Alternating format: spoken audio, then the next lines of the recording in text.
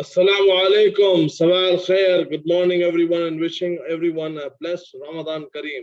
My name is Fahad Ali Akmal, and I am your MC representing BII World. And I am pleased to welcome everyone to this exclusive virtual focus group on the topic Embrace the Future of Hybrid Work, presented to you by Wipro Limited and Intel. We live in challenging times, and I'm sure last year during the month of March, April, and May, many of us in this focus group had been working from home. And of course, with the exception of the restaurant chefs, and the credit goes to them for preparing such delicious meals and for our home delivery meals.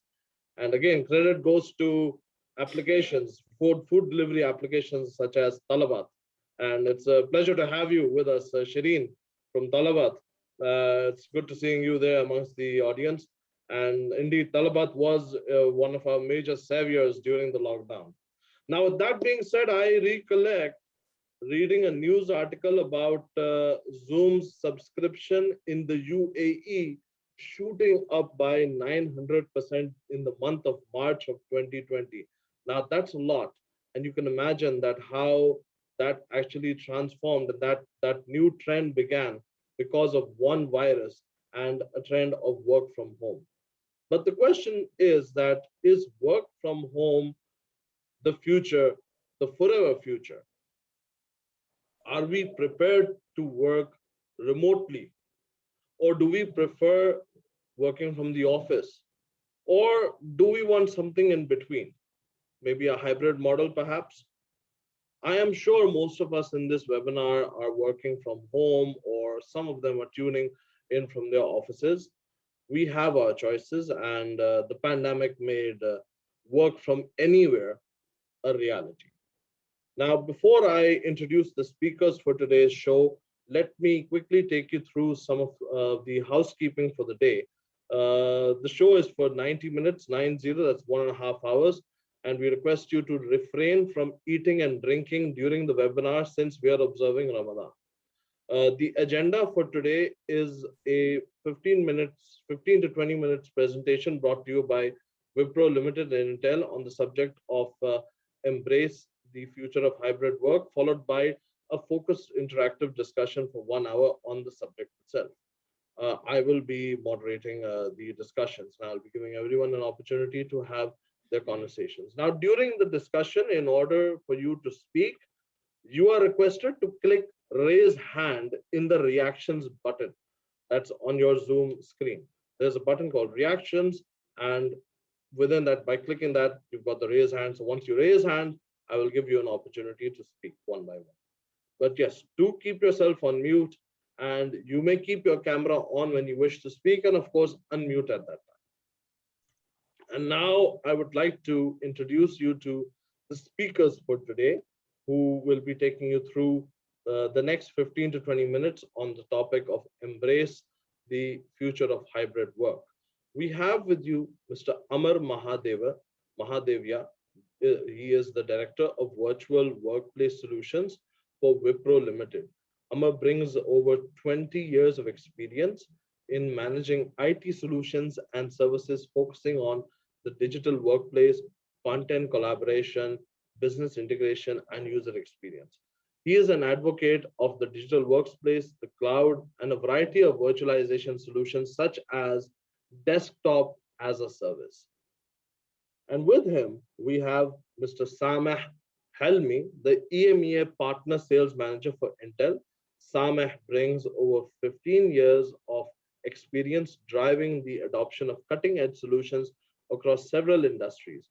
He brings a unique combination of IT technical knowledge and business acumen that is invaluable for the digital transformation. Sameh is based in Dubai, and he firmly believes in the enormous potential of the Middle East and Africa region and the critical role of technology in helping industries and government thrive and improve people's lives.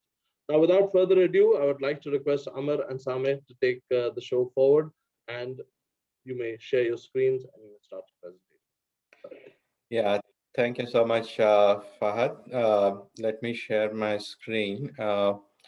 So basically, just to start off the discussion, we thought we will give you some pointers in terms of what Wipro and Intel have been doing in the area of future of work. But before we start, first of all, thank you so much for all of you to for your time to come and join this and participate in this boardroom. Really appreciate your time for that.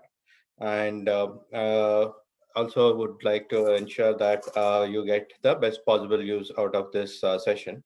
So we will try to keep it as interactive as possible and ensure that all of you get a chance to participate and get the benefit of the session. So one of the first things that we would wanted to talk about was share some of our experiences in terms of how many of our customers have started working in the new normal, right? When we first started with about a year back with the pandemic, we saw one of the first things that many of our customers wanted was to enable remote working. Many of them were financial services customers, some of them were pharma customers, some of them were energy customers, but all of them had the same problem. When the lockdown hit, all the employees were being asked to work from home, and many of these employees were required to come to office, have a secure workstation from which they have to do their work, right? So one of the first things that we did was enable a secure remote connection to the desktop or a the device in the office, so that they can remotely connect to that desktop in the office and keep doing their work, because all the security monitoring and the protection tools were already configured on these desktops which were in the office. So the environment required to ensure security was only available in those desktops. So they had to enable those desktops. So that was one of the first things. Fortunately enough, Wipro had already invested over the last 7 to 8 years in terms of automating some of the provisioning of these desktops and applications, right? So that really helped in quickly ramping up thousands of these remote desktop connections so that people can start connecting remotely from their home to ensure that they access a secure desktop and application environment to do their work.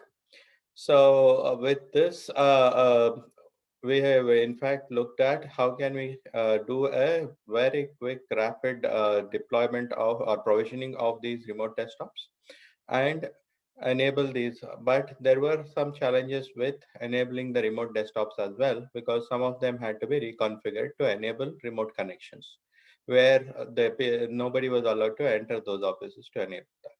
So we had to quickly spin up virtual desktops on the cloud to basically provide them a virtual desktop on which they could access all their applications and data securely and start doing the work. So again, the provisioning automation, management automation, and monitoring automation that we had put in place over the last 6 to 7 years helped us to quickly spin up, expand the capacity on cloud, and spin up the additional secure workspaces on cloud. So this way, they were able to start working from home and have access to all their virtual desktops and applications on cloud. And when we looked at this, we had thought of this as a very tactical or a short-term measure, right? So we did not want to rapidly scale up the infrastructure to make it a strategic platform or a long-term solution, right? We always thought it was going to go away and things will come back to normal, and we had to ramp down these tactical solutions. But what we're seeing now is most of the companies that we work with are looking at this as a more strategic, longer term solution, where they're asking us to make it more user centric, make it more friendly and easy to access, and make it a more longer term solution, because most of them are expecting the work from home or remote working trend to continue for at least 60 to 70% of their employees. Not all, but even for 60 to 70%, or for 40 to 50% of the time, they expect the employees to work remotely.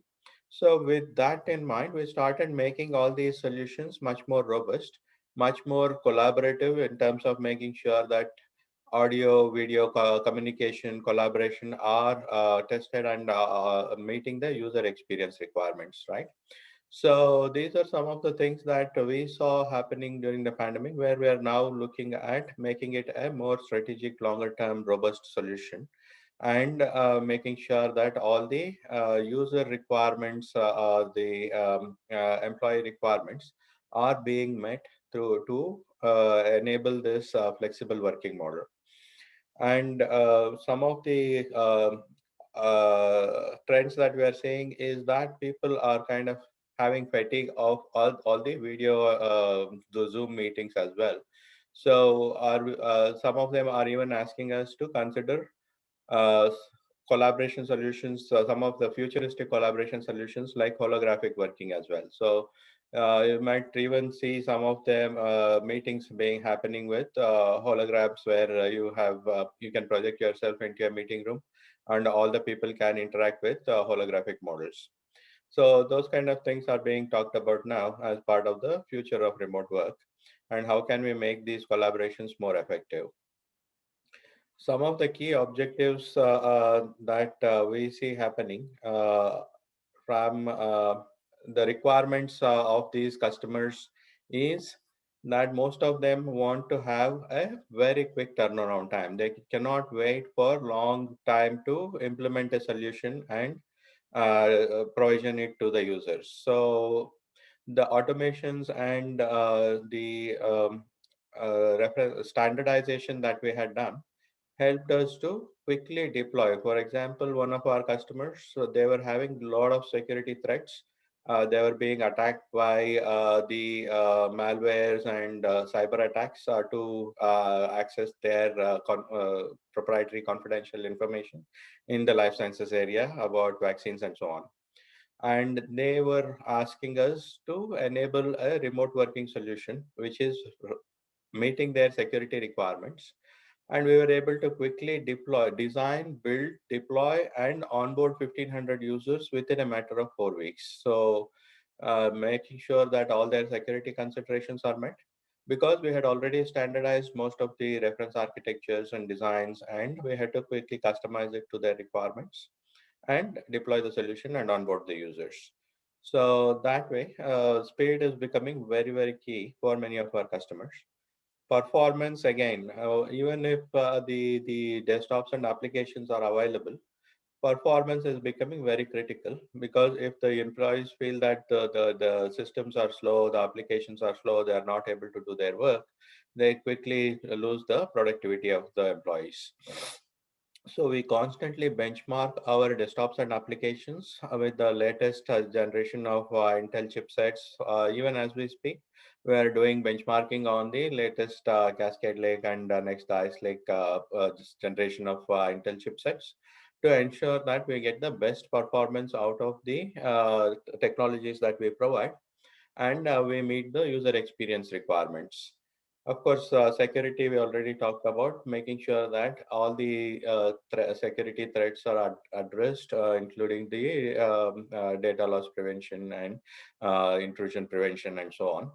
We incorporate all those things into the solution, and making sure that we are delivering the best possible performance at the most optimum cost. So we constantly benchmark the solutions and ensure that the customers always get the best possible cost optimization possible. So some of the automations that we did was in terms of end-to-end service monitoring, ensuring that the user working from home, starting from the device that he uses, the network that it connects, the to the desktop, to the application, even to the application backend, end-to-end monitoring is done, so that the user experience is always up to the mark, the security is always as per the compliance requirements. So this monitoring dashboards and service visualizations help us to incorporate predictive analytics, so that we can easily pinpoint any potential issues or problems that may come up even before the user notices them, and quickly fix those before it impacts any users. So this has kind of put us in the leadership position for the providing the virtual workplace solutions in the market. And we came up with a catalog-based provisioning automation where people can pick and choose what kind of virtual desktops, what kind of applications that they need, and it gets automatically provisioned to them based on their entitlements. And the end-to-end application monitoring and service automation and service management help in terms of making sure the systems are always compliant, up to the patched and updated and secured, so that it becomes easy to manage it and charge back to the end user departments and divisions. So these were some of the all the we leveraged automation, analytics, AI, machine learning to ensure that the service provision is able to meet the user experience requirements and meet the IT requirements as well from a security and compliance point of view, and make it as cost efficient as possible. So this has given us edge in the industry where we have deployed almost 200,000 desktops and applications to the end users, 200,000 users in the last 12 to 15 months. And we're almost hitting a million plus users in the coming months, where we will be managing almost million users using our virtual desktop platform, which is branded as Wipro Virtual Desk. So with that brief introduction, I'll hand over to Sameh to talk about the Intel viewpoints on this, on what flexible working is all about. Sameh, over to you. Thanks, Amar. Ramadan Kareem, everyone, and thanks everybody for attending and taking your time. And thanks, Fahd, for running such a wonderful boardroom. So Intel, is starting focusing on our partners and the solution that is delivered by our esteemed partners such as Wipro. We are working very close with them to deliver to you the latest and greatest experiences to help you actually do your work, whether doing it from home or from the office, and give you the flexibility and the experience that you would expect, in the year 2021. We are seeing intelligence everywhere now, and by intelligence we mean compute intelligence. And our CEO Pat Gelsinger is saying more and more every aspect of humanity is coming online and coming to the digital foundation that we uniquely build and deliver. So it highlights the value of technology and the impact of technology on our lives. We have gone through phases since the year 1980 until now, where we were starting digitizing everything. Everything is going digital, and then we're focusing on the network in the year around 1990s, and then there was a huge rise in mobile devices, and then we moved to cloud. Now, what we are seeing at Intel is that this intelligence is offered by, a cheaper technology, performance technology that is pervasive and you can find everywhere. You can find intelligent devices everywhere. So in your car, in your PC, on the cloud, on your mobile phone, everywhere around you, if you look, you will see an intelligent device. And today, talking about the virtual desk as this solution, you'll understand how we are leveraging this fact to distribute our intelligence and delivering a VDI solution. If you don't mind, Amar, if you can go to the next slide, please. So what also highlighted this, of course, is the current pandemic situation. We have been working from home at Intel, for example, starting March last year, and this is becoming our new normal. We starting visiting the office every now and then, and we expect the same experience everywhere.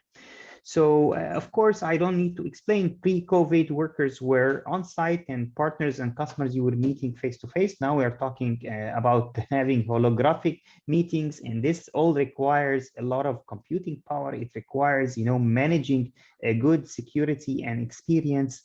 Most of us are working from home, and this have highlighted the need for new technologies that would enable you to work in this new environment. Next, please, Ahmad.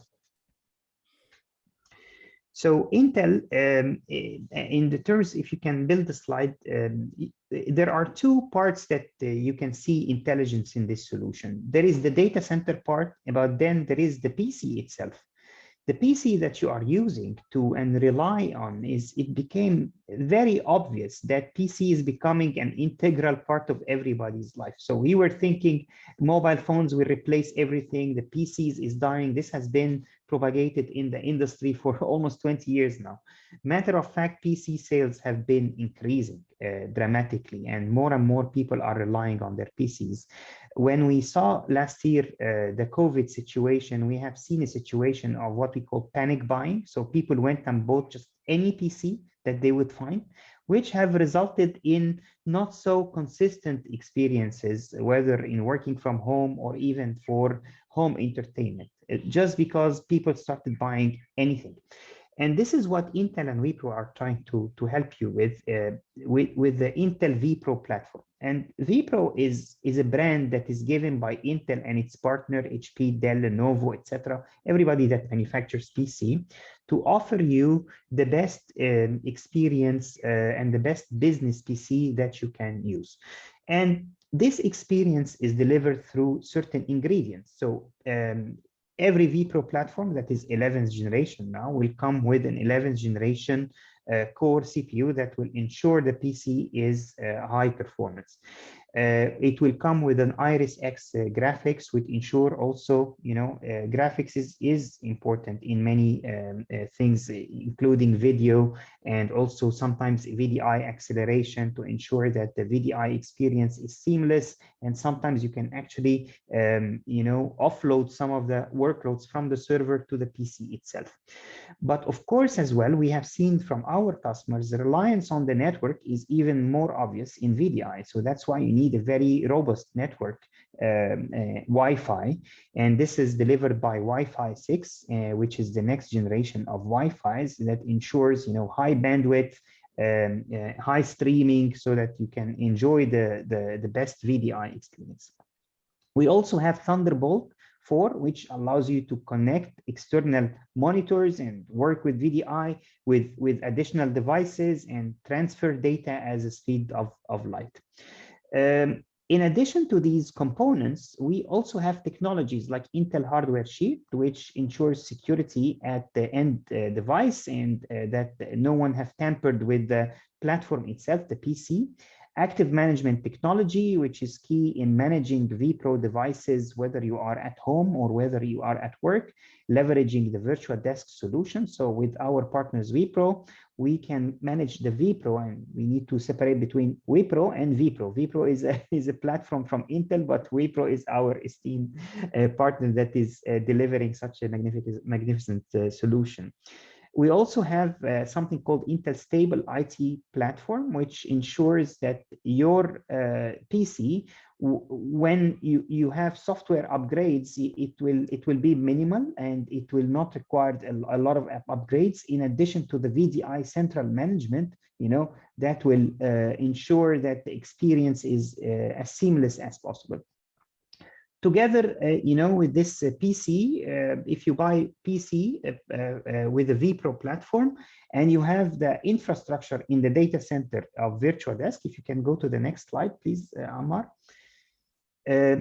This infrastructure runs in the data centers of you or on-prem or Wipro, and it can leverage a technology called Obtain Persistent Memory.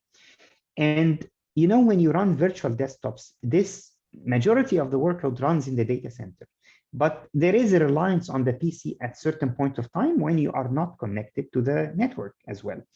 But the majority of the compute happens in the data center. And with this, we rely on servers. It's not just PCs. And these servers run a technology called HCI.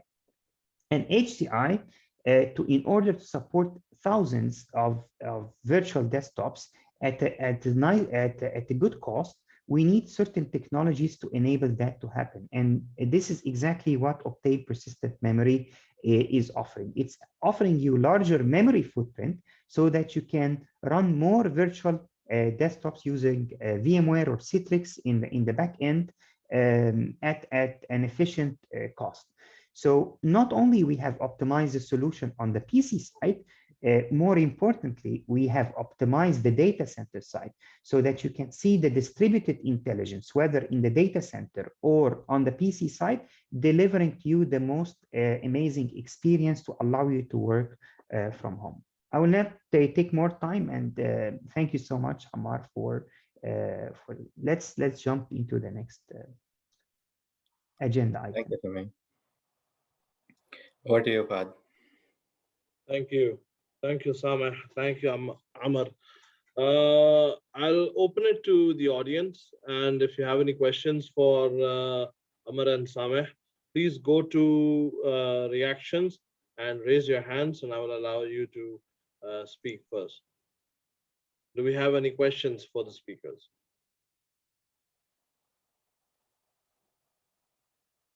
I see a very good friend of mine, Gary Thompson from Big Innovation Center, out there in the audience. Hi, Gary. Hope you're keeping well. Why don't you start off with a question?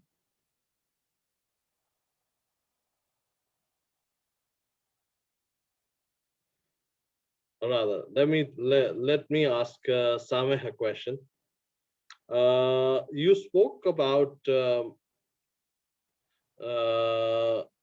collaboration as well, and I was quite keen in understanding. Well, see, Intel is everywhere. Even on the laptop that I'm currently operating, there's a big Intel branding over there of Core i15 Wipro and all.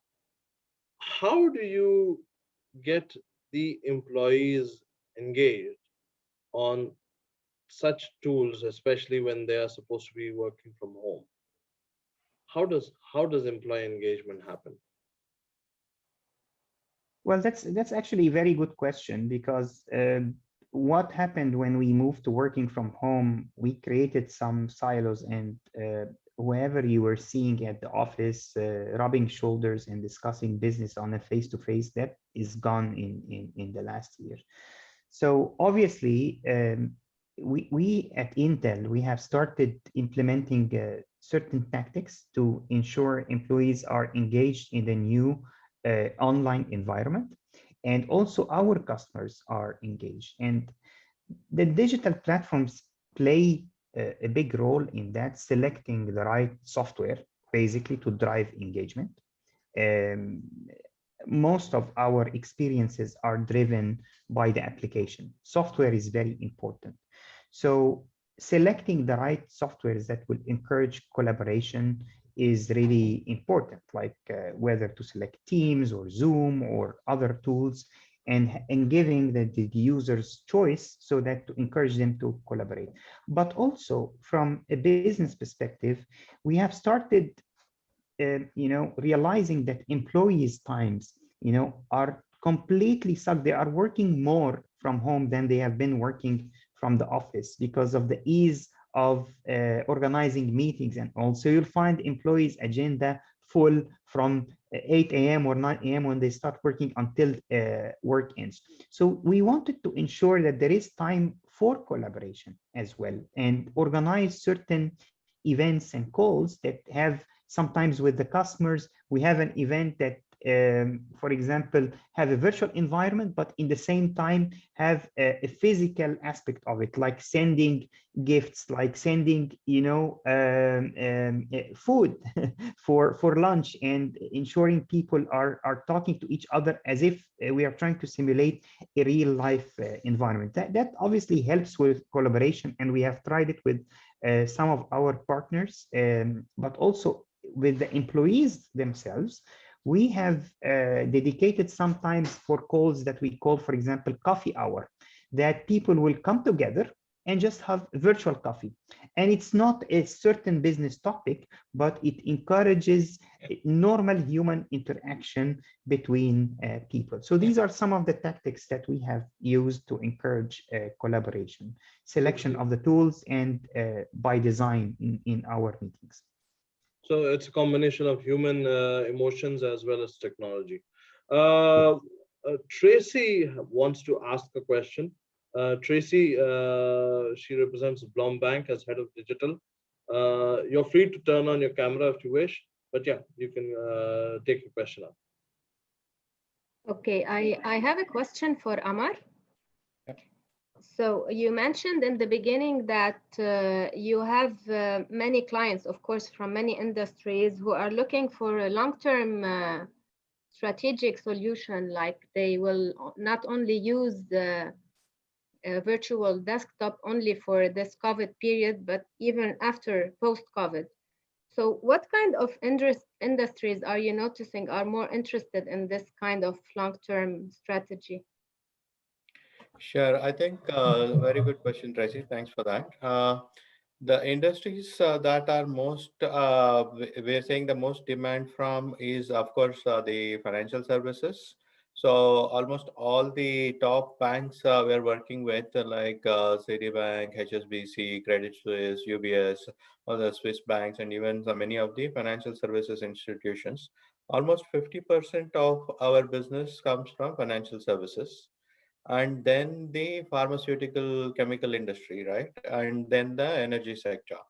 And of course, the manufacturing and retail are kind of similar demand we are seeing in the as the energy sector, right? So I would say financial and pharma has been the biggest users of these technologies with virtualization, because most of them are able to work from home, and we are trying to kind of right size the virtual desktop environment to meet the requirements of the users. So for example, many of the employee base can work effectively with just say office productivity tools, whereas many of the others like in the call center or in the business process outsourcing will need access to say SAP and other enterprise applications. So we're coming up with different sizes for different user groups, and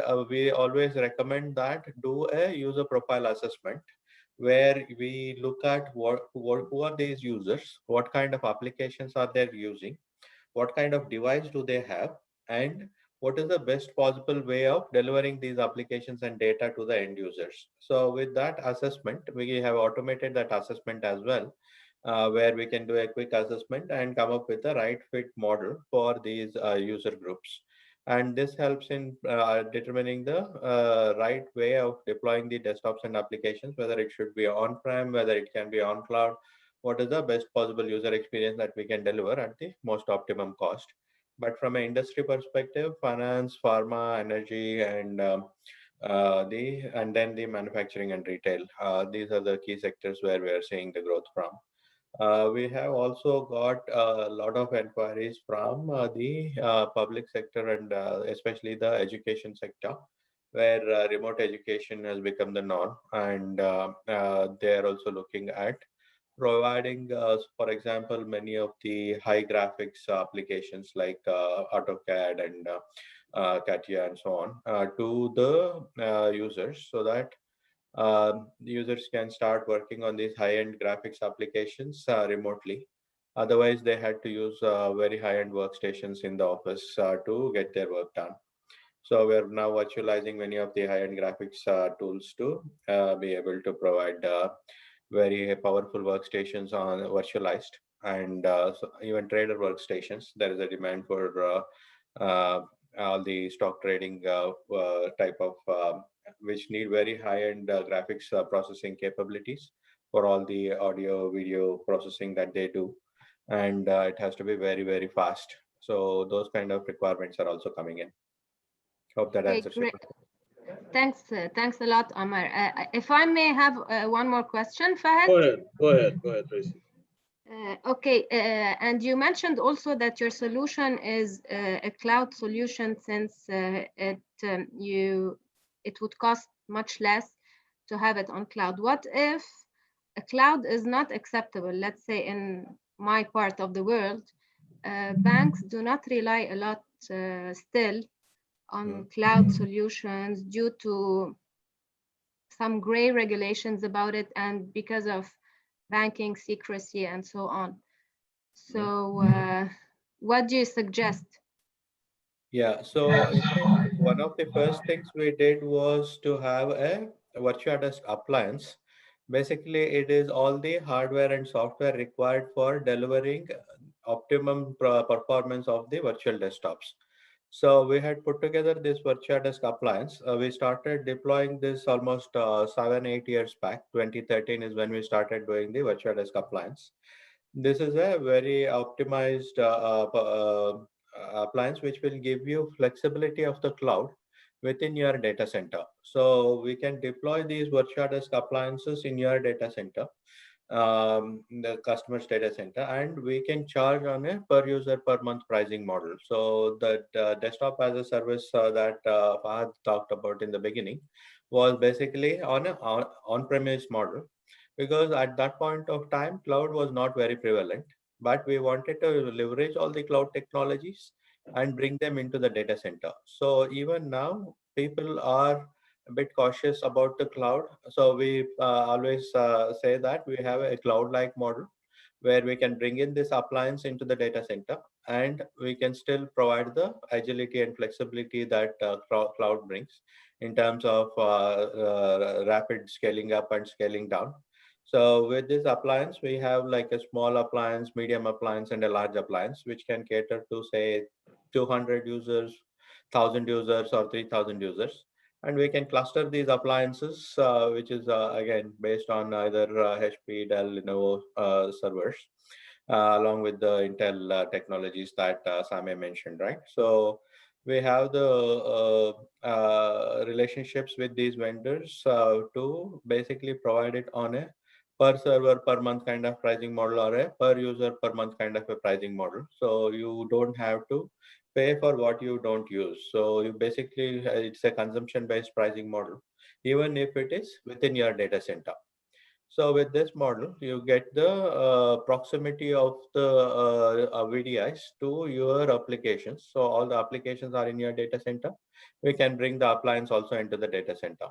And that is what we would always recommend. Look at where the applications that the users are using, and have the virtual desktops also as close to the applications as possible. So with this model, we can have an on-premise appliance, and we can leverage cloud only for DR. Of course, in the Middle East, the cloud providers are very limited, but we do work with, say, Azure for some of the cloud-related requirements. But we have the on-premise appliance model, which brings cloud-like flexibility within your data center for providing the desktops and applications. All right, great, superb. Amar, there is a question in the chat which has come from Tarek. Now, Tarek asks, time online has certainly increased with working from home. Is it the same from productivity? So, is it the same for productivity and engagement? Can the two of you comment on that? I think I touched briefly on that. Actually, we see exactly the opposite, which was surprising to all of us, to the extent that we are encouraging our employees to take some time off because of the elimination of commuting time, the ease of creating a meeting and a virtual call. People don't even schedule for lunchtime breaks. So we are seeing productivity increasing a lot.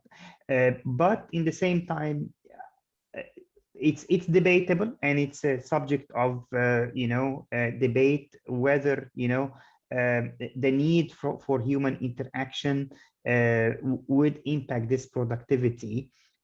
We still need to understand this better on the long term. Remember, it has been only a year, but in terms of the amount of time, it's definitely, we're seeing people working more. Whether that results in production, with the lack of human interaction, is remain to be seen, in my own opinion. Correct. Yeah, I think I kind of agree with Sameh. Definitely, the time online has increased. At the same time, we are finding that in some of the cases, productivity has increased, but in other cases, the outcome, like Sameh mentioned, uh, has been almost the same or sometimes declined, right? So we're trying to see some of the analytics behind that, where the productivity has improved and where the productivity has declined, and trying to identify the causes for that. And typically, we see that the productivity has declined where in situations where it would need much more constant human interaction. That's where the productivity declines, especially in high transaction kind of more, industries where you need constant human interactions. There, the productivity declines. So, but in terms of the engagement, again, it is. I would say the again, the engagement seems to have increased with lots of lot more meetings and a lot more Zoom calls, and but at the same time, the quality of those engagements is a bit of a question because of the fatigue that people are now experiencing. Initially, it went up, and again now it is coming down. So again, we need to kind of find ways and means to keep the engagement as required, only as required, right? Not too much, not too less. So again, like Sameh mentioned, we are encouraging people to connect and form those networks and have informal group chats and things like that. That is trying to alleviate some of these the fatigue that we are seeing with the collaboration tools that we have deployed.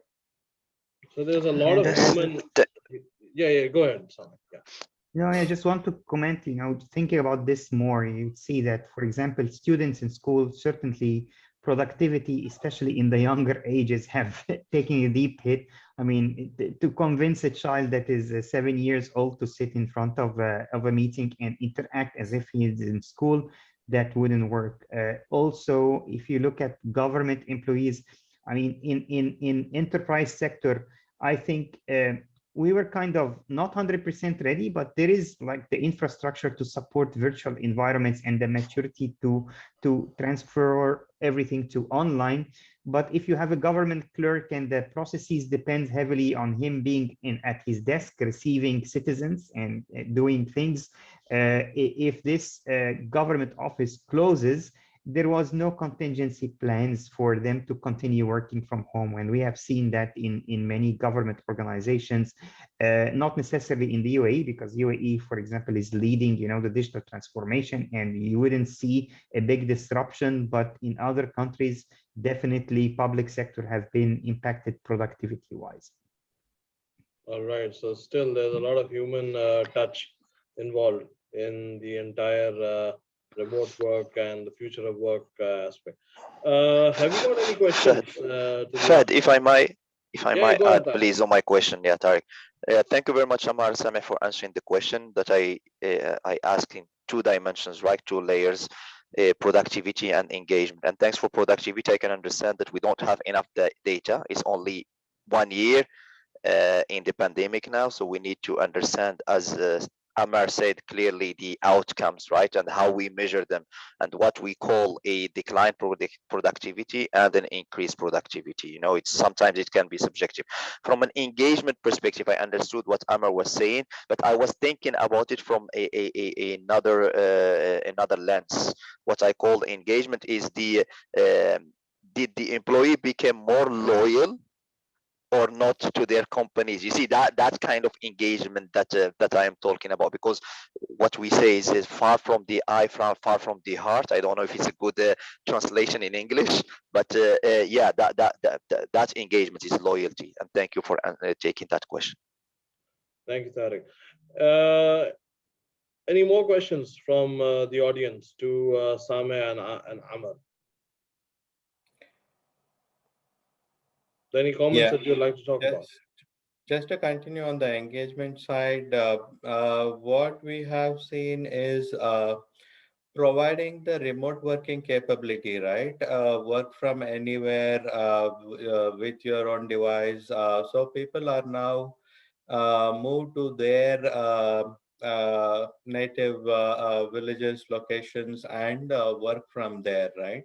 So by providing that flexibility to go to their, I would say, be with their parents, with their family, and work from any location, has improved the employee satisfaction and engagement in that perspective. And many of our customers have said this is a great tool. Now even our traders and designers who need high-end graphics workstations, they are able to now work remotely. They don't have to come to office every day, and this gives them a much better pool of talent that they can hire from. And even the pool of talent is now much more satisfied because they don't have to go to a remote office every day to do their work, right? Correct. So in that sense, the employee satisfaction has increased by deploying these virtualization and remote working technologies.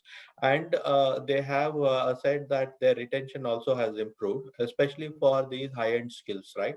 Right. Now that these highly skilled workers are able to have that flexibility to work from anywhere, where previously they would have quit just because of the work location. Right. So that way it has improved the engagement, I would say. Very good. Right. Great. Very good. Yeah, Thanks. Mohammed, just to comment on Yeah, this, sure. also loyalty thing, I think it also comes back to the leadership in every organization. So one thing is the technology and the tools that you provide, but also people look at their leadership. Is their organization fast to make it easier for them to work? Is it fast to implement new technology to help them do their work better?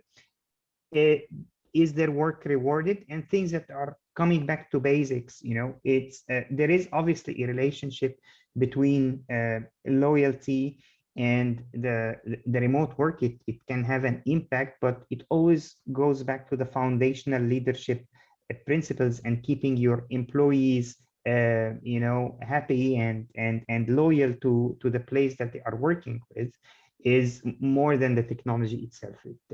That's what we are seeing for the leaders first to understand what is the impact. Are they taking concrete actions?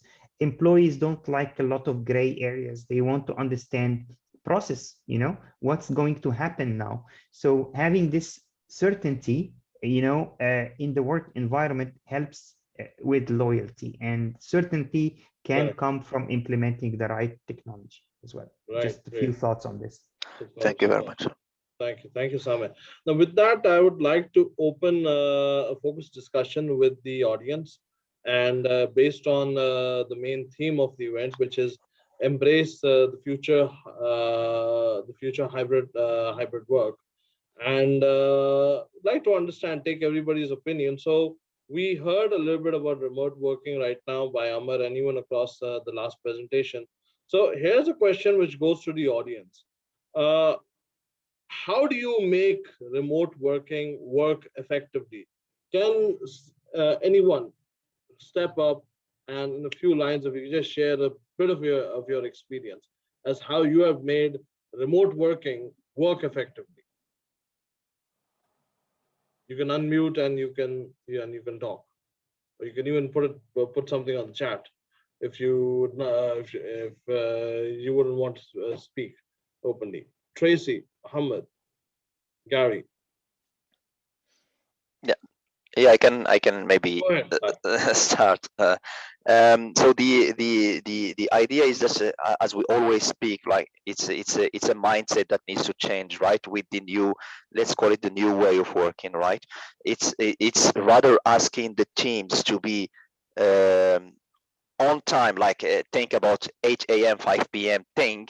So let them deliver the way they need to deliver it, right? If they are okay working at midnight, from midnight to 3 a.m., you see, it's a kind of a mindset change. There are some what we call huddles or daily stand-ups that needs to happen at a certain time, right? That where we all connect together and speak, and we are face to face behind the screen, not a real face to face. But then the way they organize their day, it's up to them, because we have now the technology, we have everything, and they have also other challenges if you think about it, from kids not being at school, from this and that and this. So leaders also, they need to open up their mind, and we said, as rightly Sameh said, is also leaders. I know Sameh spoke about the how fast we are able to adopt adopt a new technology or to implement a new idea. So leaders also need to be very, very flexible and very agile to accept new things. It's okay. It's like managing. I will call it managing by objective. Okay, and then it's up to the employee, what we call the colleague, to come up with his plan. So okay, I am waiting for that. We need to deliver this by the 18th of this month. How you gonna do it and when? This is up to you. All right, great. Especially if we have the right meetings on the right time. That's yeah. So flexible working is actually one of the keys that you've stressed upon. Anybody else? Dr. Kashif, I see that you're part of the audience. It's good to see you, Dr. Kashif. And if you can share your insights on the subject. Oh, I see you're driving. Yes. I see Hi, that. everybody. Commitment. Thank you for your commitment to my Really show. flexible working, Dr. Kashif. Yeah, flexible working. So That's a actually, good example I'm of really flexible sorry. working. I also joined a bit late and was just switching from one meeting to another meeting. So yes, actually me, I am a researcher, professor, also teaching as well as doing research. So research is like 24 hours, no matter about the weekends or it doesn't matter that where we are, what we are doing, but if there is a deadline or we have to like do the simulation. Sometime like I am moving in from this Riyadh to Jeddah in a bus, and I am having my laptop. As soon as my children got slept in the bus, so I start like doing the simulations or like experimentations on my laptop, and as soon as the results are there, I just update the paper or place the required things in the document, whatever the manuscript required, and I just perform the submission. So it is just like the previously the speakers, they are talking about that this is the like practice or habit. So it is just like switching takes some time if somebody is not previously doing this kind of remote working. So it likes takes some time to like switch. Yeah, that's what I want to say, because it's a kind of habit, and you just have to manage the things. All right, Already great. the tools are there, the systems are there, just is like switching and maintaining. Thank you, and Drive safe, Assalamu Dr. alaikum to Kashif. everyone again. I can also add something if it is possible. Sure, This is Tariq, yeah, go Tariq ahead. again. Sorry. Yeah, no, So because fine. I was just taking it in my head. I just want to organize it how, because if the question is embracing the future of hybrid work, right, or hybrid work. So the idea is that we need maybe to organize it in maybe, I think now, just loudly thinking with you guys, is that we need three. I call them 3 dimensions. I think the company is a dimension, the employee himself is a dimension, and then the external factors, I would say. I think about governments and regulations are really important, right? The company, why? We spoke about leadership, right? Leadership from as Sameh said, from the fast application adoption and a good mindset, flexibility in the work. But I also think nowadays what is really happening, that all the companies, they start reviewing all their legacy, I call them policies.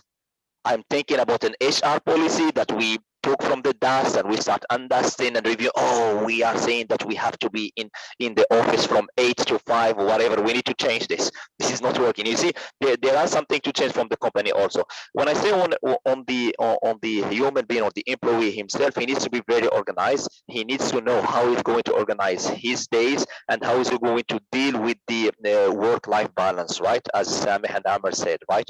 And don't forget to eat lunch at lunchtime.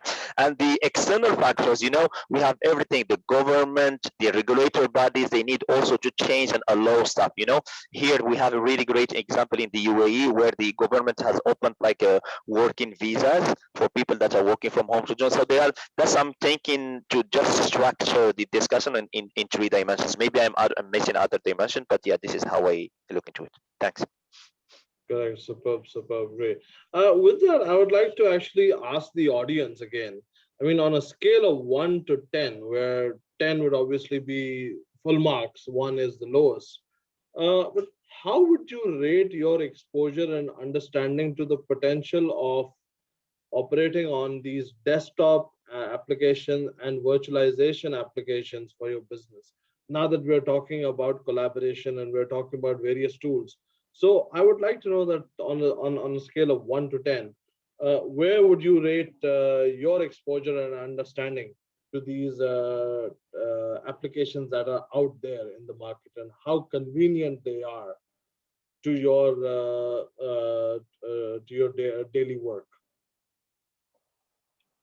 You can open up, you can actually put it on the chat as well. This is for us to make and to actually understand that okay, Tracy has mentioned that that's 6 out of 10. So okay, so these applications, they do tend to be confusing at times, but yeah, it's good to know that there's a rating of 6 out of 10. And the others, if you can let us know what are your ratings on this. uh, I would also like to understand from Sameh and or Amar, that when it comes to adapting a remote work model, how do you improve a company's bottom line? How does that impact the employee's productivity? You spoke about employee productivity and many others, but let's talk about the bottom line. Okay, maybe I can go first. So one of the things that we had done for one of our large global customers is to make sure that the systems that we put in place, for example, it was a large virtual application infrastructure which was supporting all their mission critical applications, right? It was supporting the access to their key SAP system by about 42,000 users. And these users were all accessing the SAP application for various different things. There was a team of people doing supply chain coordination, placing orders on all their vendors, making sure that all these products are being shipped properly, and all the coordination with the logistics companies to ensure that they reach their destination properly, because this is all a large consumer products company. And there was another team who was making sure that all the invoices are being paid on time, all the invoices are being raised on their customers, and all their payments are coming on time, right? So there's an entire cycle of order to cash that was going on. And at the same time, they wanted to ensure that all these applications are up and running, one thing, and performing at the right level, right? So they need to ensure that their all the systems are on, that is the availability and the performance, the reliability, right? uh, and these users are spread across all the major regions of the world. In US, we have systems running in Europe, both in Switzerland and outside of Switzerland, and also in APAC, Singapore, Australia, right? And with such a global organization, we have to make sure that these applications are always running at the most optimum performance level. Otherwise, their orders will become late. Their shipments could go become late. Their invoices may not get paid, and it has a huge impact on their business operations. So we put in place systems in place to ensure that each and every hour the application performance is being tested by synthetic bots, and it is always up to the mark. And any potential impact, even before the impact or issue happens, right? We always have backup systems in place which can which we can quickly switch over and ensure that there is no impact to the end business users, right? So there is no incidents that happen. So we have to maintain multiple redundant systems to ensure that they're always up and running at the right performance level. And that performance level can be impacted by various different things. Just a new security patch going into the endpoint can have a degradation in performance. So before you release that security patch, you need to ensure that you test it, right? So every time a new functional update or a security update goes, you have to ensure the performance is always up to the mark. So we built that as part of the managed service that we offer, where as we are deploying new patches, updates, fixes, everything, we also ensure the performance is always up to the mark and the user experience is up to the mark. There is no latency, there is no performance degradation. So that way, the business operations and the business outcome is always as per plan, right? So I would say those are some of the things that we need to take into account when it comes to deploying these desktop and application virtualization solutions, because it can have a huge business impact depending on the type of user groups that you are addressing. That's where we always recommend do the user profile and application assessment, which will help you to understand the criticality and deploy the right amount of I would say availability and reliability and user experience metrics that you can keep as the norm and measure against the SLAs and KPIs for both the availability, reliability, and user experience. All right, great, great, great. Sameh, would you like to add something on that? Well, I think in terms of bottom line, it's directly related to two things.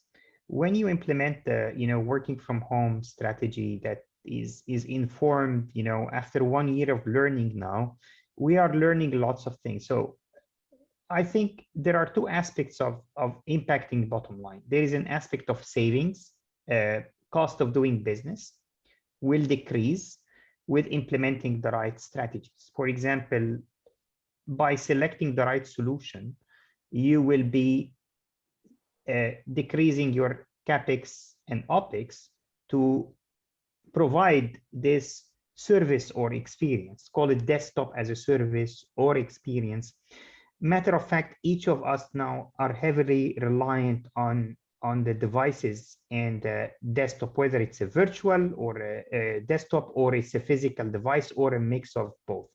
We have something called human augmentation now. So we have always used calculators, and nowadays when you were young, we had the pocket calculators you needed instead of, doing math in your brain. But now you have Excel, you have productivity tools, you have, all of access to cloud-based solutions, Salesforce, etc.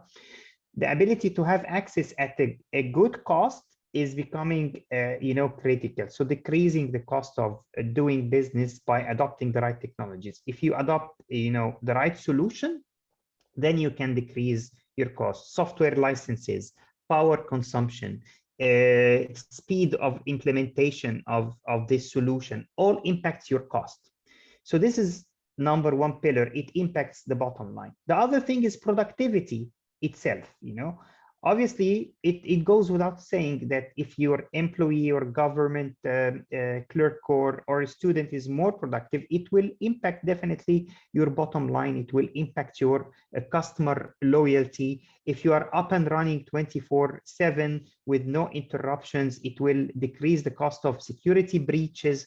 That all, impacts directly your bottom line and ability to serve your customers better. If you are in a bank and the system is down, obviously that will impact bottom line. It will impact the bank reputation. Now we rely that I don't need to go to the branch. We need to do everything online. Are we adopting the right tools? Are our employees working remotely from anywhere and can respond at any time? of course, balancing, that they have a right balance between life and work. So these are my 2 cents on this topic. Great, great. In fact, if I can ask the same question to our audience, I'm sure some are running multiple businesses as well. But how does the remote work model, how does that impact your bottom line? Your company's bottom line, that is. It's a question to the audience.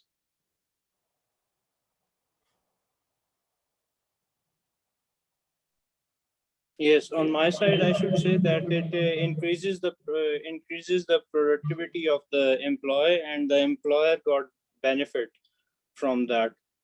And yes, on it is on employee that how they organize and how they can come up with the work. It's on them, and eventually the employer, they got heavily benefited from that. Thank you. All right, all right. Just moving on. Yeah, go ahead, Tariq. Yeah. Yeah, Tariq, yeah, thank you. So as we already touched the base on this topic, it is still new. So we need to develop some kind of frameworks or metrics to kind of understand what is the impact on the bottom line, right? We all know and we say that productivity has increased, but what does it mean, productivity increasing? What does it, how does it impact the bottom line, right? So this is something that I wanted to ask questions earlier when Sameh and Amar were presenting their solutions, the virtual desk and the Intel Wipro platform that they are having. So when they are going and pitching, doing a pitch sale, are they only coming with a pitch speaking about only the technology, or they go one step further and they tell the client, well, listen, we can help you also measure this and that and that and the impact on your employees and in the impact on your bottom line. You see, because they can gather and collect enormous data from there. You have data, so now we need to add that layer, which is the BI layer. But are we ready? Do we have that? If you can sell that also to your customer, they will be very, very interested. You tell them, you do this, you have a 5% impact on your. But what we can assume, that's a question for you guys, Sameh and Amar. But coming back to the bottom line, one can assume that we have less direct costs, right? If we talk about utilities and stuff, we have, especially here, if I think about the Middle East, like AC, electricity, water, we have that. This is also a direct connection to the bottom line. This is only my point, but the question is open to Sameh and Amar if they are thinking to, or maybe they are doing it, extending the sales pitch to something more, Okay, yeah, thanks. Yeah. So from a productivity perspective, in fact, we had done some measurements earlier comparing the productivity of a physical desktop laptop versus a virtual desktop that Wipro can provide, right, as part of Wipro Virtual Desk. So when we did that productivity analysis, we had done certain comparisons between how much of productivity loss does the employee have when they're using a desktop, right? Suppose their desktop is down for, say, 1 or 2 days in a year, what kind of impact it will have? And whether that can be avoided by leveraging a virtual desktop, which is always on 24/7, and what kind of productivity gains can you have by ensuring that the virtual desktop is always performing and it is always on, so you don't even have to spend time in terms of turning on your laptop and waiting for it to come on, right? As soon as you log in, it's there. So that kind of an analysis we had done, and just the productivity loss of having the desktop not available, or the time taken to ship the laptop to the employee and the employee to come online, right? How quickly can you provision a laptop or a desktop? to the employee, and versus how quickly can you provide a virtual desktop to the employee. Virtual desktop can be provisioned in a matter of minutes, right? As soon as the employee joins, you say, okay, here's the address, you go to this address, your virtual desktop is ready, you can log in and start working. So those kind of analysis we had done versus a physical desktop versus a virtual desktop. And we had come to a conclusion that virtual desktops can increase your productivity by almost 2 times, especially if you can provision a virtual desktop which is almost as performant as your SSD laptop. Right, so that is the kind of performance that we were giving on the virtual desktop, and that is the kind of analysis we had done. But during the pandemic with remote working, right, whether the productivity has increased because of virtualization, or it is going to be the same as physical desktop laptop, is a question, because just the fact that they are working remotely, of course, virtualization helps in working from anywhere, anytime, any device, right? So that was a constant given from a virtual desktop perspective. It was true before the pandemic. It is true after the pandemic, during the pandemic as well, that virtual desktops bring that flexibility. And that is where we see the large-scale adoption of desktop virtualization during the pandemic, because it enabled that anytime, anywhere, any device kind of working model. Because physical desktops and laptops which were available in the office, people are not able to go to the office. So that way, there would have been a big productivity impact if they were to rely on those desktops which are there in the office, right? So by enabling this remote connectivity, you have avoided that productivity loss by leveraging virtual desktops and remote desktops that we had quickly deployed. And I would say the productivity impact has been hugely positive, because we're seeing the continued adoption of these virtual desktops across all our customers. So there is a phenomenal growth that we are experiencing as we speak because of the pandemic for the virtualization of the desktops. And most of the financial services are now saying almost all our employees, 100% of our employees have to be covered by virtual desktops. That way, I would say the impact has been very, very positive from a productivity perspective, because now they are able to work from anywhere, which they would not have been if they were to rely on the desktops which are there in the office. Over to you, Sameh. Yeah, I mean, I think we need a lot of work to answer this question completely. It's very hard to assess specific business impact of a certain technology, but I have pasted some, resources, because this technology have VDI at its core in the data center, and it has Wipro at the end. So there are economic studies that, for example, coming from Intel and VMware on the impact of VDI and Wipro implementation, in your environment. And these are thorough studies from an economic point of view. I wouldn't say they would answer your business, because obviously it depends on your business. A bank is different than an education environment, so that will require much more research. But also there is the cost of a security breach, which this solution helps address as well, to minimize the security breach potential and probability. And security breach have a tremendous cost per country, per institute. And I pasted also a link, but this is like a high level Google search, is not something that Intel is sharing, but just to give the idea that there is a cost for security breach. But I admit we need to do a lot more work to understand the real business impact per industry, per company, and it will depend on a company to company, on a case basis. All right. Actually, we've got another 15 minutes for the meetup, but I've posted a question on the chat, and I would request everyone to respond to the same by putting in the 3 top challenges and the 3 top opportunities for a CIO in the current circumstances when it comes to the future of work, as what we're all going through. And I guess one thing we must agree upon is that ever since we went into the lockdown last year, there has been a fatigue of meetings, online meetings.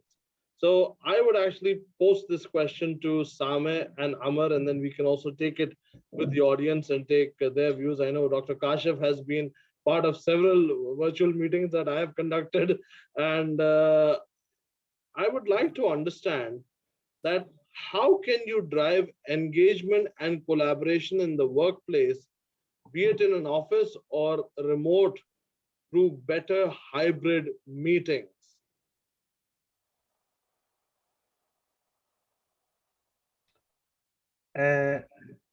Well, if touching on your question on top things that we see CIOs, top of mind for them, and how we can improve on hybrid meetings, I see three challenges that I'm seeing. Working from home obviously is one of them, but also there's a lot of legacy depending on also on the industry, and change is not always easy. And as our colleague Hamad said, that leadership have to to facilitate change and embrace change. Now we're on the infrastructure level. Technology is pervasive and it's becoming cheaper and cheaper. It's how we use this technology, how we manage change, and how we can have a plan that is, that stands the test of time, and a strategy that stands the test of time, moving away from legacy and standardizing our infrastructure, whether PCs, data center. We need to think first on the application and our line of business, our business, and second on infrastructure and technology. Hence, simplification, moving away from legacies, from silos is one thing. The other thing, there's a lot of talk about the cloud and adoption of the cloud. That's creating a lot of, hype. Also AI, same thing. There's a lot of challenges, whether cloud and AI are a mean or an end, right? So the biggest issue I see is maybe not the move to cloud per se, but how to adopt certain transformational technologies for the benefit of the business, rather than adopting a technology just to say, I'm doing AI, I'm doing cloud, right? So how would that, and this is, your question that is spot on that. How does that impact the bottom line? What type of AI should I implement? What type of cloud? Or whether I need it or not, and having the flexibility to think this way. This is, from what I see, is the challenge, thinking about what is the use case, what I'm trying to do, before thinking about the technology itself, or what I'm going to implement from a technology perspective. And then to work better in a hybrid environment, let me share what Intel is doing, right? So Intel is asking the employees, what do you want to do? So we have just received a survey, right? Asking people, what do you think about the current environment, and whether you want in the future to continue working from home or go back completely to the office, of having this hybrid. So engaging your employees in the discussion is the best thing to take decisions that will ensure the maximum commitment from these employees and adoption of the solution. Make them part of the solution, and this is what I think when it comes to this. Correct. Anybody from the audience, if you can share your experience as to how did you handle the hybrid meeting approach? How there is definitely a fatigue of having several online meetings and all, but how does your organization handle the meetings when it comes to the current times that we're in? Dr. Kashif, if you would like to start off and share your experience. Yes, thank you. Actually, just the things comes to my mind where we having this number of devices with us at home, in office, or laptop, mobile. So on my side, like I have to plan the things first ahead before the time, and I have to install and prepare my devices for the certain job. So if like on the way I like open the device and the tools or applications are not there, so I cannot complete my task. I will rather completing a task, I'll spend most of the time in like preparing the device. So this is mostly a challenge while we are doing this hybrid work. And so what happened is this, that this virtual or kind of centralized desktop can help us, like suppose previously this Mac is giving the option of remote desktop, but currently they turn it off due to the security reasons. So what I do is that if I am like doing work on my Mac machine in the office, so when I reach at home or when I am like remotely somewhere else, I am working on a laptop, I just open the remote desktop and start utilizing the same tools from the same where I stop the work or where I want to switch, I left behind. So it's the same place I just continue. So, but this virtual like desktop can centralized kind of desktop really helps. Yeah, thank you. Right. You're welcome. Any more experiences that we can share amongst the audience? Tracy, I know that, I mean, like you represent a bank, and for us being a banking customer, one of the biggest challenges that I'm sharing with my experience, it has, especially during the lockdown and nowadays, it's still happening out there. The call centers, we've noticed that the call centers, most of the employees are working from home. So how does that really impact your day-to-day operations in a bank? When you have your call center staffs working from home on a, say, on a contact center as a service tool, so how do things actually affect the business, and how is that actually impacting the banking business right now? Because banking, we're talking about service. So what's happening over there? But so far for our work from home plan that we have done so far, it has only been on an emergency need basis. Yeah, it has only been applied when there was a complete need for it. I mean, like a total lockdown where employees are not allowed to get to the office at all. And that has been through very short periods. It has not been for a long period. So for other periods, we were always allowed to have a certain percentage of employees on premise, and the priority went always to the contact center. So if ever we had a certain percentage allowed of employees on premise, it would have go to the contact center. So the work from home was not really applied to those. It was applied more to non-urgent non-urgent operations employees, like back office or audit or other tasks. So we cannot really measure the effect of that on the contact center. They have almost been always on premise. Right. Tariq, you've shared a lot of insights with us. What is your view on the hybrid meetings and the best approach when it comes to a remote work model?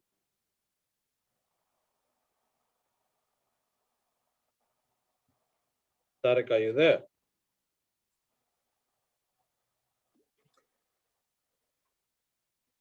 Okay, so we've lost Tariq, I guess. He's on mute, Anyways, right? hello. Amar, if you would like to add some more spice to the conversation on hybrid meetings. I think from a overall perspective, what we're saying definitely is, I think we touched upon it during the course of the meeting. One is digitization. Digitization is increasing. So more and more things are becoming online, and that is contributing to a more productive workplace where people can work from home, work remotely. So the trend is towards increasing digitization. Between physical and virtual, physical desktop laptop versus virtual desktops, again, virtualization is increasing, virtual desktops, applications, so on. So that is another key trend that we are seeing. And basically from working from office and working from remote, we are saying that the remote is going to increase. That's has been on various polls conducted by various different agencies. They're saying remote working is here to stay. Overall, all in all, I think it is all contributing towards the work-life balance. So the focus is becoming more towards balancing the life aspects of it rather than the work, right? So I think all of these trends are kind of becoming more towards work-life balance. That's what I would kind of leave the audience with, that everything has to kind of be more human-centric, more employee centric, more user satisfaction centric, right? And that would definitely be lead to a more work-life balance to all our user base, employee base, and customer base. Yeah. I see. And we got Tarek's response that he's in two hybrid meetings at the same time. So that's the challenge when it comes to I, these virtual meetings. I finished the same. You see, that's one of the challenges. I wanted really to type it in there to understand, what's this hybrid model also is bringing. You can be in 3 meetings, um, but you cannot physically split your brain into three parts. Right? So one of the sorry, because I did not answer earlier. One of the points I was just discussing, I think last week with one of the leadership guys from the World Bank on the meetings that are through any platform, MS Teams, Zoom, or yeah. And so how it affects decision making, right? Because before when we had, and maybe I can ask the people that are pitching for sales, before we had people in front of us, right? You can see there is a kind of a non-verbal thing that you can perceive during a meeting, or whether you need to change the direction of your pitch or keep it because you are on spot, right, or on what you're saying. So we're discussing what is the way going forward. Maybe when we have this important or big meetings where a huge decision is going to be taken, right? Maybe sometimes we need to impose the use of the camera. The camera should be on just to perceive the people in front of you. So there are plenty of discussions going in this, I think in this, I don't know if Intel and Wipro have this kind of challenges also, because when we have a normal easy day meeting, let's say, right, when we're having a stand up or a huddle on a progress, yeah, camera off is okay, but what about like important decision meeting? So maybe I Correct. don't know. So just a question. A sales or dispute resolution meeting. We have to end the session, but before that, I would like everyone to give a very quick answer to to a last question. What, in your opinion, is the future of work model that you prefer? Does everyone wants to go for a remote first model? Do you want to choose not remote, or do you want to go for the hybrid work model? You can post your question, your answers here on the chat. You can even unmute and you can give in your feedback. So I see Sameh has put hybrid, and I would like to see everyone else to put in their feedback, whether they would prefer the hybrid model, a remote first model, or a non-remote model. Dr. Kashyap says hybrid is awesome. So the hybrid is winning the race at the moment, a combination of the two. But yeah, I'd actually love to take in some final remarks as at the same time by Sameh and Amar on the discussion, which is about embracing the hybrid future of work. So over to you, Sameh. couple of open model. So again, open model is more or less hybrid. So you have a combination of both remote and non-remote. So hybrid is actually winning the race. So it looks like people, they prefer to go to office and they also prefer to work remotely. Sameh, some closing remarks from you. We can start with you. Yeah, we have a lot to learn together, and I think forming such discussions is eye-opening for discussing such important questions. To Tariq's point, you might need to see people face to face to understand their body language, turning on the camera, etc. But also that can, food for thought for everyone. There is a book called Talking to Stranger by Malcolm Gladwell. Sometimes judges have made better decisions by not seeing the convicts and not seeing them face to face, because each of us have their own biases, and seeing the person can impact your decision, their tone of voice, their look and feel and shape. So I'm not saying yes or no. I'm just saying that is a question also that needs a lot of thinking, whether seeing the person makes a business impact, positive or negative, or how. It depends. That's my 2 cents, and it has been a great discussion. Thank you so much. I would agree with you on that, Sameh, because I was talking to a friend. He's opening a neo bank in somewhere in Zambia or in Ghana. His investor is in Ghana, but because of the lockdown, he can't travel.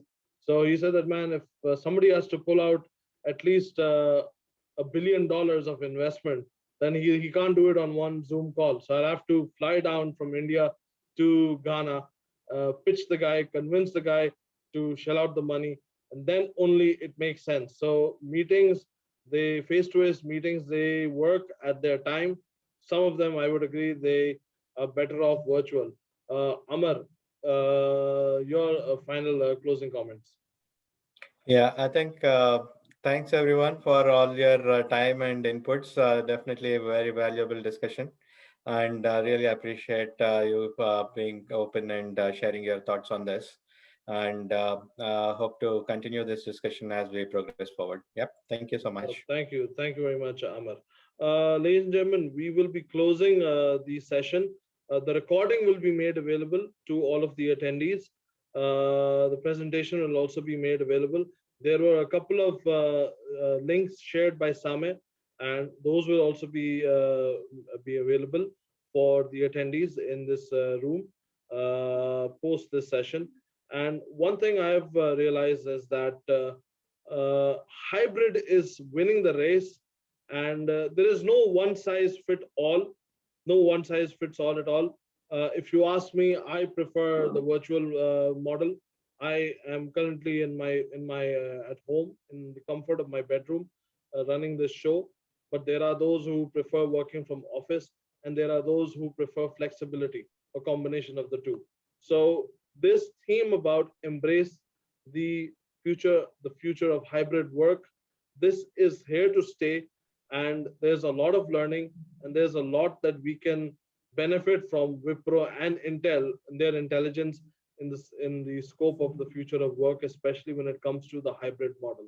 So ladies and gentlemen, thank you very much. It has been a privilege having all of you with us for the last 90 minutes on this webinar. Thank you very much, and God bless you. Have a wonderful afternoon. Have a wonderful day. Thank you, Dr. Kashyap. Thank you, Tariq. Thank you, Tracy. Thank you, everybody. Thank you, Amar. Thank you, Sameh. Thank you, Team Wipro. Thank you, Team Intel. Thank you all, and Ramadan Kareem. Bye-bye. Yeah, stay safe, everyone. Ramadan Mubarak. Thank you. Assalamu alaikum warahmatullahi wabarakatuh. Alaikum assalam wa rahmatullahi wa barakatuh.